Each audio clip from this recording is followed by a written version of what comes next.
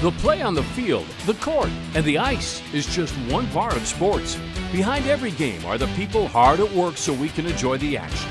They're the owners, administrators, agents, broadcasters, and vendors who bring the games to life. Meet them when you go Behind the Game with Patrick Klinger and Dave Boden. Welcome to Behind the Game, presented by KLN Family Brands, makers of the best licorice on the planet, Wiley, Wallaby. Also make great products for pets as well, NutriSource pet food. Check them out. I'm Patrick Klinger, president of Agile Marketing Partners. Alongside me, a man whose athletic career peaked in sixth grade kickball, Dave Boden. He's been living off those highlights ever since. That's not entirely true, Patrick. I won the Rec League volleyball champion mixed doubles or mixed volleyball in Madison, Wisconsin when I was in college. Yeah, well, that was the peak of my athletic career. I stand corrected, Dave. Thank It'll you. never happen again. Yeah, I want it and on look the who's back at the desk. After 3 years on the LIV Tour, that's liquor, ice, vodka, Bill Robertson, the original co-host of Behind the Game, back visiting from South Carolina. Great to have you back on Behind the Game, Billy. Thank you so much. It's great to be with both you guys. Great really to see fun you. to be here. Hey, you know, guys, we're just going to riff on sports today. We really don't have any specific topic, but sports always provides a lot of fodder for discussion. So we're just going to talk about whatever comes to the top of our heads today. And I'm going to start it off, and we'll talk a little bit about the World Cup, which, you know, concluded maybe a couple of weeks ago. Got a lot of attention, obviously was hosted here in the United States. Do you think the World Cup will have this sort of impact on the growth of soccer that I think the game hopes it will? Well, for me, I had played 4 years of high school soccer, and I love the game.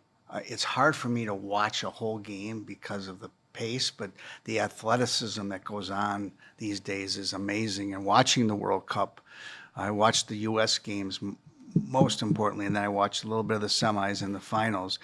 I think it's a great event. I think it helps spike the interest in the sport. I don't know if in the U.S. it's ever going to reach the peak where it does in Europe and other places. Just my opinion. I know it got a lot of people watching it wouldn't normally, me and family and friends included. And I would expect it will drive a lot of interest in the U.S. men's national team coming here later in the year. They probably would have had interest anyway, but with the World Cup and seeing all the coverage, I think there'll be a carryover effect at least for a little while. Yeah, I think so too. You know, there were a lot of people who were watching soccer who never would have, you know, ever taken the time to watch the game. I think it did, you know, help us understand why the game is so popular around the world. I have a challenge with it growing in the United States in so much as, you know, I watch these guys, they get touched and they fall and they look like they've been shot by a sniper, right? You know, as soon as they're touched. And, you know, in this country, we love the NFL and, you know, guys get hit and they want to pop right back up and get after and show that they, you know, they're tough. Soccer. I love the game, but, you know, that's one part of it that I don't particularly enjoy. Well, one other thing is, for me, watching the U.S. team was important, and I'm glad they got as far as they did to the round of 16. But I had never really watched Messi play. I grew up in the era of Pele, and I remember seeing Pele play at Met Stadium, playing against the New York Cosmos, playing against the Minnesota Kicks in the North American Soccer League, and that was big time at its height. It never really translated after a year or two in that league in Minnesota, but I know that soccer is growing. It's a lot of fun, but to see a athlete like Messi play at the highest level at his age was incredible, and that's what makes sports so unique. We're in the heart of the Major League Baseball season right now. You just returned from a trip to Los Angeles where you went to Dodger Stadium for the first time. Yeah, went to Dodger Stadium as with my son, part of our tour of stadiums that we do every year. And Dodger Stadium, which I know you've been to probably many times, is one of the old school stadiums now. Yes. You know, after Fenway and Wrigley Field. So it was fun to go out there, fun to see Shoei. Kind of wondering your thoughts on the impact, worldwide impact to the game that he's had, because when we were in Los Angeles, it was amazing, the crowd both nights that were there for Shoei. I mean, that's every other person has his jersey. There's people from around the world. There's languages, you know, all through the stadium. It's kind of amazing what we're seeing right now. It is. The one thing about Dodger Stadium, when I used to go, it was the place where you had to go early to get in, Yep. and then people left early, as they said in L.A., fashionably early to leave because you couldn't. There's only a couple exits out of a 40,000 seat stadium, but it is beautiful. Shohei Ohtani is an amazing athlete, probably one of a generation kind.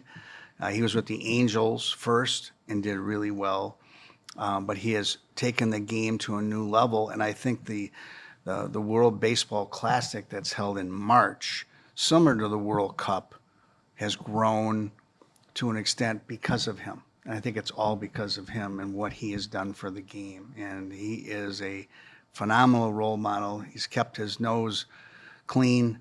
And has done everything the right way, and I think that's why the game continues to grow on a international basis for MLB.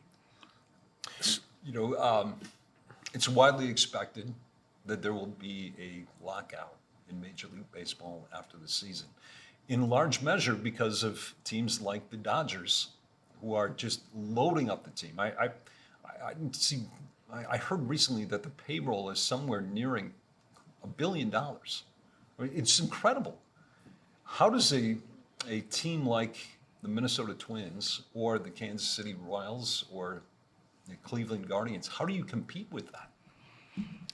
Well, I would say this, that it's clear to me that baseball needs some kind of salary level. I hate to say cap, but there has to be some level to make it fair for the teams like the Minnesota Twins, the Milwaukee Brewers, the Cleveland Indians, the teams you just mentioned, to succeed. Because when you get to the trading deadline, which we saw on Monday, and the Dodgers are the ones that pick up the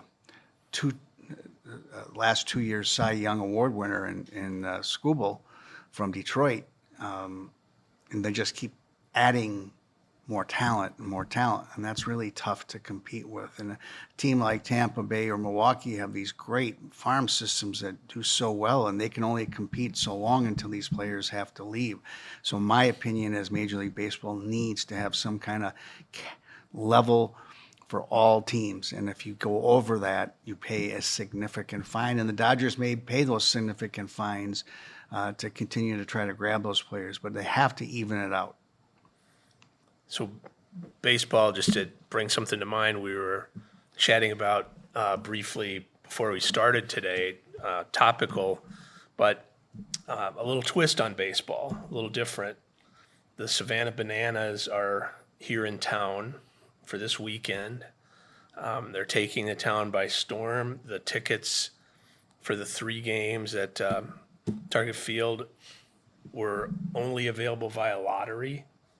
And I know there was a lot more people in the lottery than received tickets. And they've sold out NFL stadiums around the country with their kind of crazy brand of baseball. Thoughts on that and just the impact? And is it one of those things like anything that's good for the game of baseball is good for the game of baseball? I do agree with that. I read the owner's book about how he got started and what his thought was, and he was more interested in watching how fans reacted after every pitch and every out or every hit. That was what he thrived on. He said the game needs to move faster, it needs to be fun and exciting, and I think it's helped grow the game a lot. It is somewhat like the Harlem Globetrotters of basketball in some respects.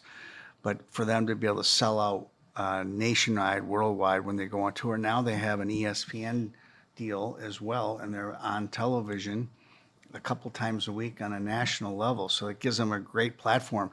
I live in South Carolina and near Savannah, and you can't get tickets. You can never get tickets. So that's the question I have is how are they going to spread this out further and let more fans and more families get to the ballpark?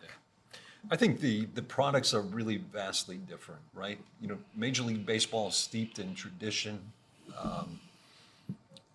You know, it was America's pastime. Maybe you could argue, some would argue maybe still is, though I think the NFL has certainly surpassed it. Savannah Bananas, it's sheer entertainment. I mean, that's what it is. If you're going to watch the best players in the world, you're going to go to a Major League Baseball game. If you just want to laugh and be entertained for a couple of hours, Savannah Bananas are it. And they've done a masterful job of creating that experience. But I think they're two really very, very different things. I know this is especially true probably for you, as Patrick was so kind to point out. You know, I wasn't maybe the athlete that you were. I point that out every month. Growing by the up, way. I'm not quite sure about you either, but one of those things back in the day was you'd grab your glove and bat and you'd go play baseball on any park, field, street, wherever you could do it all the time. And I'm not sure you see that much anymore when you talk about the game. Can the Bananas help that just by getting people with a ball and a glove? Can there be more from Major League Baseball, or what do you think might drive a return to that? Maybe it's just too many screens now and there's not the interest. I think there's a lot for young boys and girls to do now, and they're on their headsets and on their computers and their phones a lot. And then you have sports like soccer that's growing, and then you have sports like lacrosse that's grown. So people have gravitated to other summer activities along with the sport of golf and tennis and all that. You have a lot to choose from. Even though you did have those before, it's just made it more challenging. Now, baseball television ratings have gone through the roof. They're way up this year, and I'm surprised with a lot of them on these streaming packages how teams are able to make it all work, not only financially but also to get more eyeballs, because I thought it would be much harder when you knew that games were on ESPN and they were on your local regional sports cable network, and that's where you got your games. And now you have to really know where they're at to watch. So something has to happen there for it to begin. But driving in, I can say this, that looking at the baseball fields, there weren't many people as we were driving from South Carolina to the Twin Cities. Didn't see a lot of people playing baseball. We saw people playing basketball, we saw a lot of runners, but we didn't see very few people playing baseball. So something has to give, Dave. Yeah. You know, I don't think we're going back to those days, honestly. I think the number of distractions that exist, I think, you know, parents are much more fearful of letting their kids out of their eyesight. It's true. You know, when we were kids, you know, you did grab a bat and a ball and, you know, maybe some paper plates or frisbees or something to set out as bases, and you made your own rules and you played until dark. And your parents trusted that you were going to be okay. And I think that piece, combined with the fact that there just are so many distractions, the screens probably a leading cause of kids not getting together, throwing those neighborhood games together in somebody's backyard. I fear that those days are long gone. Hopefully they're playing backyard baseball or something online. That's what my son did, among other things, going out, and he's a huge baseball fan, so maybe that's part of the saving grace with some of the video games and stuff anyway. Well, if you weren't playing baseball up at the field, you were playing wiffle ball in your backyard. Oh, yeah, for sure. So you had all that, and you don't see that anymore, or very little of it. So Right. I hope they get back to that, because I it's hope so. they consider it one of the greatest sports of all. Yeah, for sure. So sports betting did not get over the finish line again in Minnesota. I think we're one of 11 states in the country that don't offer sports betting, at least legalized sports betting. Right? What are your opinions on betting? You know, on one hand, you could say, well, you know, the genie's out of the bottle. It's not going back in. This is the way it is. You know, why are we one of the few states not allowing it? On the other hand, we're seeing some of the ramifications that are coming from people investing a lot of money in gambling. Well, there's no question that there's a lot of investment by the casinos and others getting into the gaming industry. It's huge. I'm not much of a gambler myself at all, very little. If I were to do that, and when I was a commissioner, I had an oath and I had to sign a letter that I would not gamble on anything, including fantasy sports or anything. So there was I've seen you sweat over 2-foot putts that might cost you $5. Yes, I miss those. But for me, I think it eventually will get done here in Minnesota, and it will get done in all states. It just has to, because you can't have some states doing it because people will figure out ways around it. They already are. I think Minnesota should, again, take another hard look at that for next year and get that done so you can bet at the casinos or a place that there is a station for betting on sports. Yeah, how about you, Dave? What do you think? Well, I do think it's already led to and will continue to lead to actual issues or certainly questions about the integrity of games. That's what worries me, especially with betting on the results of every pitch and every play live in real time. And, it would be hard for a player to throw a game, to lose a game. But it wouldn't be all that hard for him to miss a free throw or swing at the first pitch or, something like that. So I do worry about that implication, and I expect we'll probably see some problems. But like you say, it's that genie's out of the bottle. Probably should be legal in Minnesota as well as other places to do. And just as we were talking about kids playing baseball and video games, maybe we're old school and thinking about it a little bit different. In our day, either you played or you listened to the radio or maybe you'd watch TV to see a game or go to a game.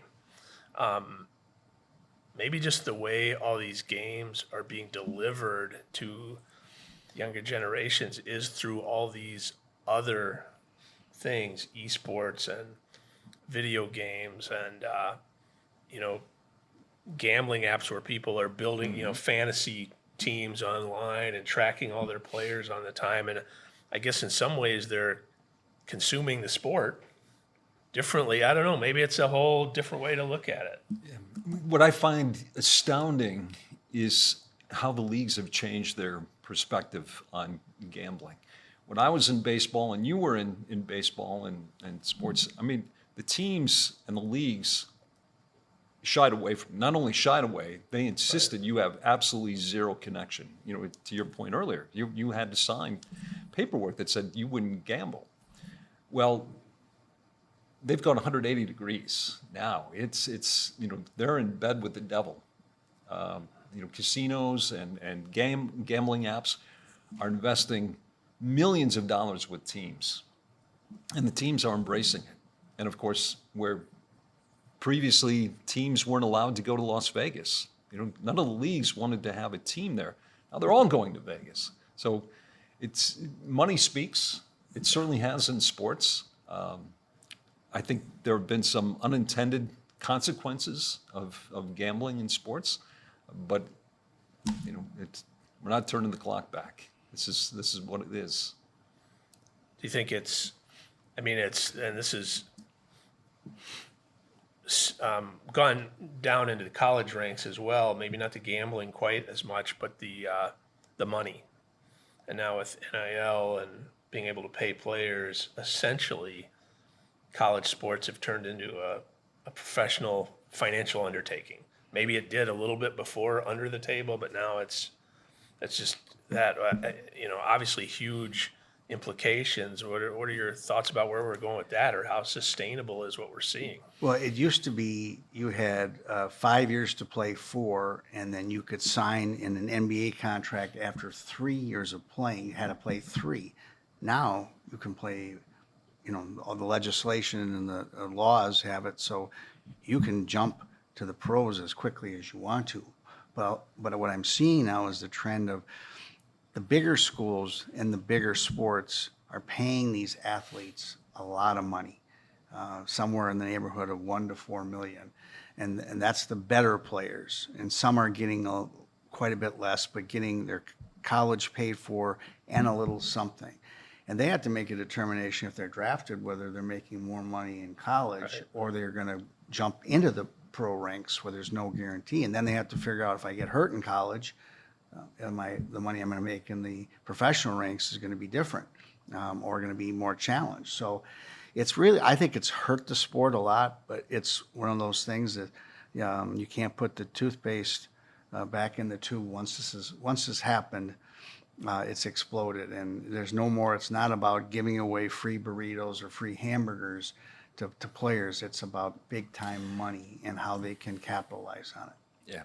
Listen, I don't begrudge a young person from getting the money that they can, because frankly, most of them are not going to go to the pros, right? And this is their one shot to make some money, and good for them. But it has turned them into mercenaries. There's no question. They're bouncing from program to program to program based on a paycheck. And going to class for many of these programs, I mean, these kids don't go to class anymore. They show up at a college, they get paid, they play. It's professional sports at a different level. And it's a little sad. On Tuesday, I was invited by the University of Minnesota women's basketball team to come in and speak to their players.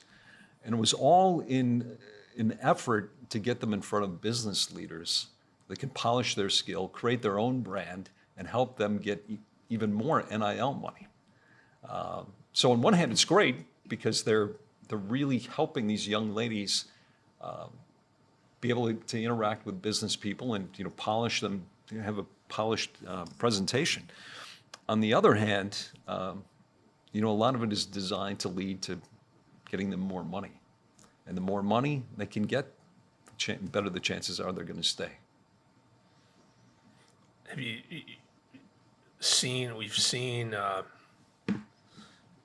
things that have happened, with the haves and the have-nots and the pros and the colleges. And I'd worry that we're going that way even more with this. But then you see Indiana in football come win the national championship out of nowhere, and maybe it expands the playing field as long as you can find somebody with big money. Well, and Indiana, as an example, had Mark Cuban funding their football program and their basketball program, who's a multi-billionaire. But you're right, the more alums that are involved in this, and then they're asking for some say in what goes on, and that's another whole challenge. So it'll be interesting to see how college sports evolves and how much. There's all this talk about the Big Ten, where we're at right now, and the SEC breaking off into their own. Right, just the mega. Yeah, and how is that going to affect schools like Winona State, Minnesota State? How is it going to affect Cal State Fullertons of the world? How do they ever survive that? Does that become pure college athletics, and the rest of them are this NIL transfer portal move to the best offer I get? It has definitely changed, and it's a big business. Yeah, absolutely. So, random question. One rule in sports that you would change? And you look across the landscape at all sports. You change one rule, what would it be? That is a good question, Patrick. Well, I'm thinking that somewhere in professional football and college football, that a field goal over a certain amount of yards becomes either 4 points or 5 points. Make a big change there. I think that would really spice up the game quite a bit and make kicking even more important than it already is. For me, what it would be, that you can take your golf ball out of a divot if it's in the fairway. as you know, I'm a passionate golfer. I think we all are. You hit a great shot. It's down the fairway. You walk up to it, and the ball's sitting in a divot that hasn't been replaced. That I would change. But I know you already moved the ball out of the divot. No. Here's the problem. It's never in the fairway. Yeah, I believe picking it up and throwing it should be allowed. If you had an opportunity to have dinner with 3 sports figures, who would they be? Well, I know that for me, growing up, Harmon Killebrew was the man, and I've met him a few times. You know him very well, knew him very well when he was living, and I thought he was the most ultimate sports person. He was like my idol growing up. So I'd say Harmon Killebrew would be one. The other would be the NBC sports announcer who I admired, Kurt Gowdy, for many years. He covered everything from Olympics to the Rose Bowl to the Final Four in Major League Baseball and the NFL. He did all those at one time, and I would love to be with him. And then I would probably ask Paul Molitor, the former Cretin High School Hall of Famer and Major League Baseball Hall of Famer, to join that group. It's a good one. How about you, Patrick? You know, top of my list right now would be John Anderson, who we just lost a couple of weeks ago. Legendary baseball coach at the University of Minnesota, and I'd give a lot to have another dinner with John because he was just a incredible human being. Harmon Killebrew, one of the nicest human beings I've ever met. Regardless the fact that he was a brilliant baseball player, Hall of Famer, just a gentleman in every sense of the word. And the third one would be a challenge. I think someone like Jim Nantz for me would, because he's covered so many sporting events. I think you just remarkable stories to share. Yeah, I might. I like that idea. And when you mentioned Kurt Gowdy, I was thinking along the lines of broadcasters, and the one that comes to mind for me, growing up as a St. Louis Cardinals fan, is Jack Buck, baseball announcer, and he did lots of other TV sports as well, and Super Bowls and things like that. But my son and I, when we're on our baseball trip just this year, as we have in other times, sometimes we'll talk about things in the old days, right? For me, and at that time, you guys know this, listening to sports on the radio was your kind of your sole, primary soul connection to sports. And so these guys like Jack Buck you grew up with, and it was not just baseball. It's like, that's what I'd listen to every night going to bed before school and everything all through the year. So I think talking to some of the old school baseball guys really give you a little piece of Americana that maybe is lost a little bit now. Absolutely. And there's plenty of them. Yeah, right. Everybody's got some. Guys, we're down on the final minute, so make your answers efficient. What's one sporting event that everybody should attend at some point in their lives? Well, you guys have been to a lot of them, so Well, I'd just say this. For me, a 7th game of the World Series, I don't believe I could top that. But for me, the other one, and I've never been, and I'm going to go at some point here, is the Masters, and I want to go. So those would be the 2 things I would tell people. David? Yeah, I certainly think the Masters would be one, because I have not done that. I know you have. I'd love to go to a 7th game. That's a great example. Any 7th game. NCAA Final Four. It's one of my favorite sports. The NCAA tournament is fantastic, although I worry about sitting in the upper deck at a basketball game. Yeah, and I'd say the Masters as well. Hard to beat that. But you've done it. I have. Hey, that was a really quick half hour. Thank you, Dave. Thank you, Billy. Welcome back. Thank you. Thank all of you for watching Behind the Game, presented by KLN Family Brands. We'll see you again next month. Behind the Game is produced by Alan and Sharon Miller, directed by Mary Dahlke. Live audio mixed by Sharon Miller. Technical and post-production services provided by Egan Television. This program was recorded at Egan High School. The views and opinions expressed on this program are solely those of the producers and/or the persons appearing on the program, and do not reflect the views and opinions of ETV or those of District 196 schools.